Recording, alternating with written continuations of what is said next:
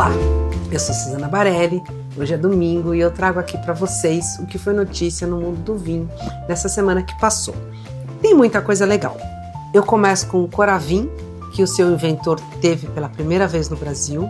Aí eu vou contar de uma rolha feita à base de cana-de-açúcar.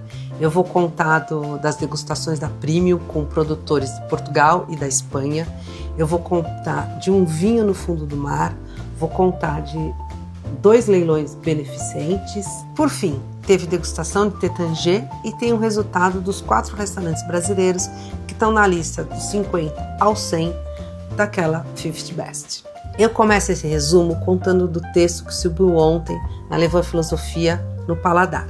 E eu conto a minha conversa com o Greg Lambrecht. O Greg é o criador, o inventor do Coravin.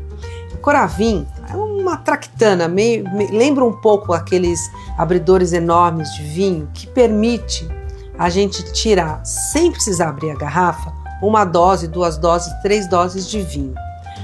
A grande criação dele é uma agulha muito fina que permite, ao mesmo tempo que você coloca na garrafa sem abrir e consiga tirar 1 dose de vinho, isso injeta um gás chamado argônio que é inerte ao vinho e que permite preservar a garrafa, ou o vinho, o líquido dentro da garrafa, sem estragar. O Greg criou isso primeiro por uma necessidade pessoal. Ele tem um lema de que as invenções têm que ser úteis para o seu dia a dia. E ele criou isso porque ele sempre foi um amante de vinhos, um curioso, e ele nunca gostou da ideia de abrir uma garrafa e passar a refeição, ou passar a tarde, passar o momento que for apenas no mesmo vinho. Ele queria provar vinhos diferentes ao mesmo tempo. Mas aí o que você faz? Você abre um vinho, toma 1 dose, deixa a garrafa lá, abre outro vinho, toma outra dose, deixa a garrafa lá, e você vai deixando garrafas abertas pela metade, desperdiçando o vinho. E ele pensou, como é que eu resolvo essa questão? Pensando no uso particular dele, inclusive a mulher dele estava grávida na época. E aí, como bom inventor, inclusive de agulhas, ele fez coisas para Pfizer, para Johnson & Johnson. Nessa linha, ele teve essa ideia e começou a desenvolver o equipamento para ele. Ele gostou, começou a chamar amigos que iam na casa dele, levavam os vinhos, eles provavam os vinhos e os amigos ganhavam essa engenhoca, vamos dizer assim. Até que em 2013, se eu não estou enganada, 2012, ele resolveu transformar isso numa coisa profissional para a sorte de vários apreciadores de vinho que tem essa questão. Não necessariamente querer ou não querer consumir a garrafa inteira, mas muitas vezes a gente precisa provar vários vinhos ao mesmo tempo e se a gente abrir a garrafa vai ficar ali, vai ficar oxidada, você vai perder o vinho. Então o Coravin, ele veio para solucionar essa questão, que é de vários e vários amantes do vinho. Com o tempo ele criou vários produtos, ele criou desde uma rolha especial para espumantes e champanhes, ele criou equipamentos que são melhores para restaurante, equipamentos que são melhores para consumo doméstico. Então ele é um inventor nato que hoje vive de mostrar essa grande criação do mundo do vinho e a minha conversa com ele está lá no Levant Filosofia desse sábado. Eu fico super contente quando o Rodrigo Lanari me chama para escrever um texto no blog dele, que é o blog ligado à empresa de consultoria que ele faz, que é a Winext. Eu fico contente porque é sempre um tema que me desafia, é um tema que me leva a conversar com muitas pessoas, ler muita coisa, para poder fazer esse artigo, que é um artigo sempre mais de fôlego. Dessa vez o tema foi vinho e saúde.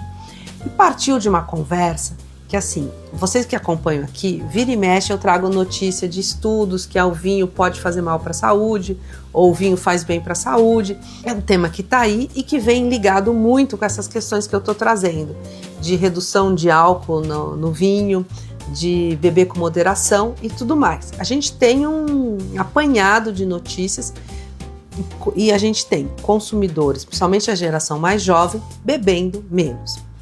E aí entra a questão, vinho e saúde. E como é que o mercado do vinho, como é que as vinícolas, os produtores, os distribuidores estão se posicionando nesse mercado? A gente sabe que, querendo ou não querendo, o vinho é uma bebida alcoólica. E, infelizmente, o consumo de álcool pode fazer mal para a saúde. Tem toda a questão da OMS, de que vinho né, que o álcool é prejudicial à saúde, então tem várias questões. E o meu artigo pontua isso e meio que provoca esse setor, que é o setor onde eu atuo, que eu acho que a gente tem que ser mais ativo e trazer mais questões de como o vinho, bebido com moderação, sempre, ele pode ser benéfico em várias situações da vida. O texto está lá, convido vocês a lerem, a pensarem, a comentarem. É um tema que me interessa muito e mais do que me interessa muito, que me preocupa muito. Tem todo esse lado que a gente vê do vinho sem álcool, aí fica aquela questão, o vinho não tem álcool, faz menos mal para a saúde, mas é sempre um processo químico, você está sempre modificando o vinho, ele deixa de ser um vinho tão puro, tão autêntico. Então, assim, é uma questão, no mínimo, complexa e que o artigo se propôs a refletir sobre isso e se propôs também a questionar muito qual é o papel da indústria e o que mais a indústria do vinho pode fazer para mostrar, e esse é um ponto que eu acho importante, que quando a gente compara o vinho com as demais bebidas alcoólicas, o vinho acaba sendo uma bebida que traz benefícios para a saúde e que traz muito menos gastos para a saúde pública do que as demais bebidas alcoólicas. É isso. Convido vocês a me escreverem, comentarem sobre esse tema que me interessa muito e que é o tema que eu acredito que vai ficar nas próximas décadas. E eu tive a oportunidade de provar vários vinhos italianos, principalmente vinhos naturais ou vinhos elaborados com baixa intervenção, num evento de uma fabricante de rolhas. É isso mesmo. Tem uma fabricante de rolhas que se chama Vinventius, que ela faz uma rolha que, em vez de ser baseada em cortiça, ela é baseada em cana-de-açúcar. Isso mesmo, ela usa cana-de-açúcar brasileira, mas ela não está presente ainda no mercado brasileiro e ela está trabalhando para entrar nesse mercado.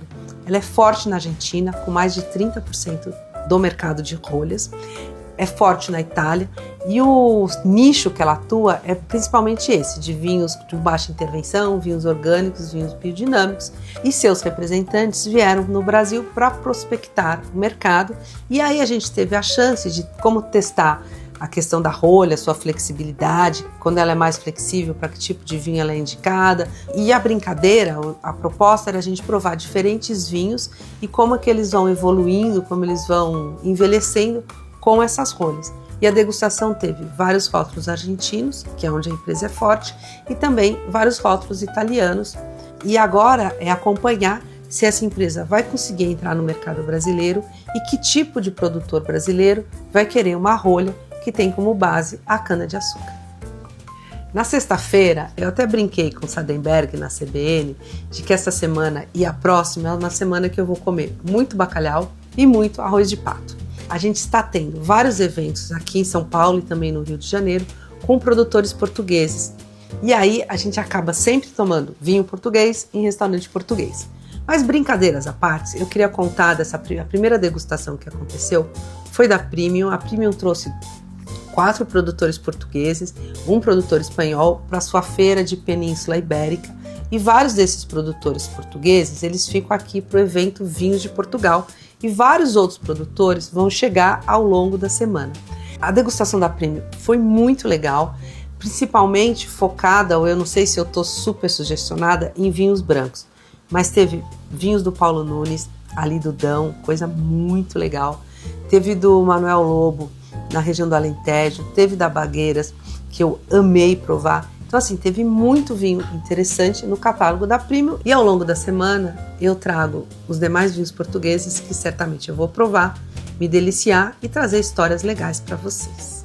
De Portugal eu vou para a França, teve uma degustação da Tétanger, que é uma marca importante de champanhe e o Brasil é um mercado importante para eles. É o segundo mercado na América Latina, atrás apenas do México, e no qual a gente destaca champanhe rosé, que é sempre super bom para harmonizar com comida, e principalmente o encanto dos vintages, que é aquele champanhe que é elaborado com uvas apenas de uma safra.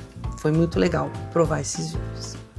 Quero contar de 2 eventos beneficentes que tiveram o vinho como estrela e que aconteceram nesses últimos dias.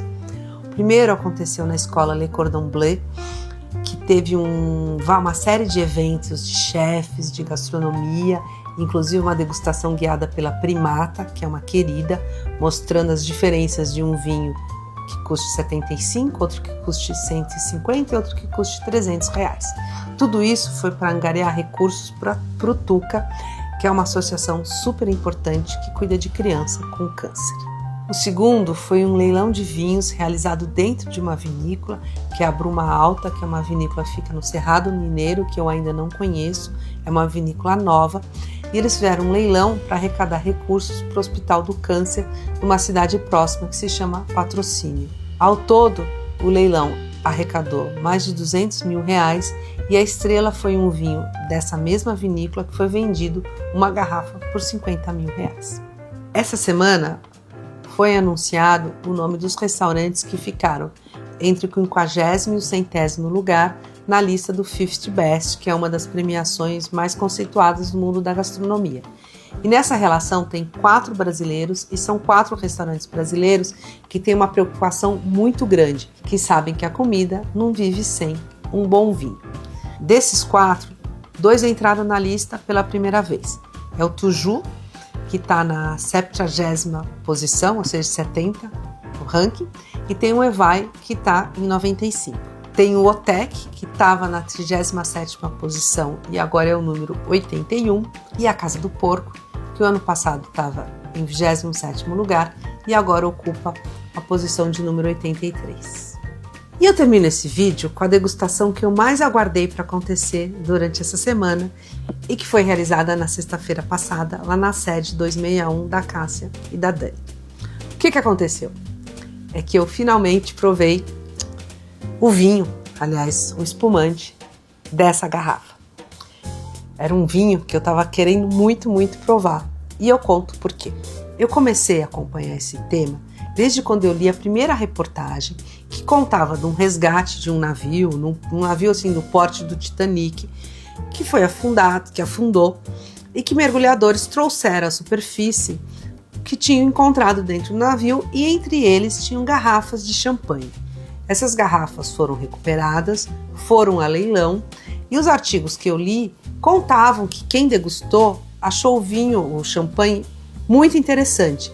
Ele teve uma evolução muito diferente do que se tivesse ficado aqui na superfície. Pressão atmosférica lá no fundo do mar, questão do movimento das águas e a temperatura tem muita importância nisso. A partir daí, várias vinícolas passaram a afundar os seus vinhos e aí feitas de maneira profissional. Hoje tem empresas que são especializadas em afundar lotes de garrafas de vinho que ficam 9 meses, 1 ano, 2 anos no fundo do mar e depois são recuperadas e degustadas. A própria Miolo, que é uma vinícola nacional, já fez isso e vende a sua garrafa de vinho, aliás, de espumante, que passou pelo fundo do mar. E por que esse projeto que eu estou contando aqui, com essa garrafa cheia de cracas, aliás, me interessa tanto? Primeiro, porque foi a primeira vez, ao menos a primeira vez que eu sei, que elas foram afundadas numa costa brasileira. Segundo, porque elas foram afundadas e foram afundadas aqui na Ilhabela e a gente sabe que a água aqui do Brasil, mesmo que seja de lá no fundo do mar, e no caso ela foi afundada a 22 metros de profundidade, ela não é tão fria. Então é de se esperar uma reação diferente no líquido que está dentro da garrafa. E além de tudo, esse projeto ele foi feito pelo Diego Cartier, que é da vinícola Vivente. Nem sei se a garrafa foi com rótulo, mas se foi com rótulo, o rótulo já era. Em parceria com um projeto que eu conheço pouco, mas o pouco que eu acompanho eu gosto muito, e que é um projeto do Rodrigo Vilar, que tem uma série de parcerias ou de projetos junto com os caiçaras e de uma pesca consistente, uma pesca que não agrida o meio ambiente, uma pesca que ajude a preservar os pescados. Então, os dois se uniram numa comunidade em Ilhabela, afundaram 50 e poucas garrafas. O interessante é que os caiçaras foram os responsáveis por isso, eles desceram inclusive esses 22 metros por apneia, ninguém usou oxigênio para esses mergulhos, e eles cuidaram por 1 ano para que essas garrafas ficassem lá e para que nenhum intruso aparecesse e roubasse as garrafas. Sim, tem isso. Tem vinícola que já perdeu garrafa porque mergulhadores foram lá e pegaram a garrafa no fundo do mar. Ao menos foi uma reportagem que eu li sobre isso. que aconteceu? Essas garrafas voltaram para a superfície e eu tive a oportunidade na sexta-feira de provar essa garrafa que está aqui, que foi a que foi afundada, comparada com a mesma garrafa, ou seja, uma garrafa semelhante, com o mesmo líquido, o mesmo tempo de evolução, que ficou na superfície. No caso, é uma garrafa Magno, do espumante da Vivente, que é um espumante com baixa intervenção, feito pelo método ancestral, ou seja, de uma só fermentação na garrafa. Então a gente tinha a amostra base, que ficou em terra, e essa amostra que foi para o fundo do mar. Não foi uma prova cegas, então a gente sabia o que estava bebendo, mas eu acho assim, mesmo se fosse uma prova cegas, ia ser muito fácil identificar qual era qual, porque essa garrafa, ela tinha uma salinidade muito interessante, um toque mais salino que deu uma complexidade diferente ao espumante. E a outra coisa que eu queria chamar a atenção é que assim, como eu falei, eu acompanho esse tema e eu já tive a oportunidade de comparar, inclusive às cegas, garrafas que foram afundadas e com garrafas que não foram afundadas. Até então, o que eu provei, você percebia que era o mesmo vinho, que um evoluiu de um jeito diferente do outro. No caso aqui da Vivente, se eu não soubesse, eu não sei se eu diria que era o mesmo vinho ou se eu diria que era o vinho do mesmo produtor. Os vinhos evoluíram de maneiras muito diferentes e os dois de uma maneira agradável, mas o vinho aqui da superfície ele era mais frutado e o vinho do fundo do mar mais salino. A Vivente é uma vinícola que não põe produtos químicos no vinho, não põe nenhum conservante, então isso pode talvez ser uma explicação para essa evolução, esse envelhecimento tão diferente nas duas garrafas. A temperatura não era tão baixa como se a gente pensar no que deve ter ficado as garrafas do Titanic, por exemplo. Então assim, foi uma evolução diferente. A proposta agora da dupla é voltar a colocar garrafas no fundo do mar, sempre em parceria com os caiçaras, de safras mais recentes. Essa eles propuseram, a safra já tinha um tempo em garrafa, essa é a safra 2020.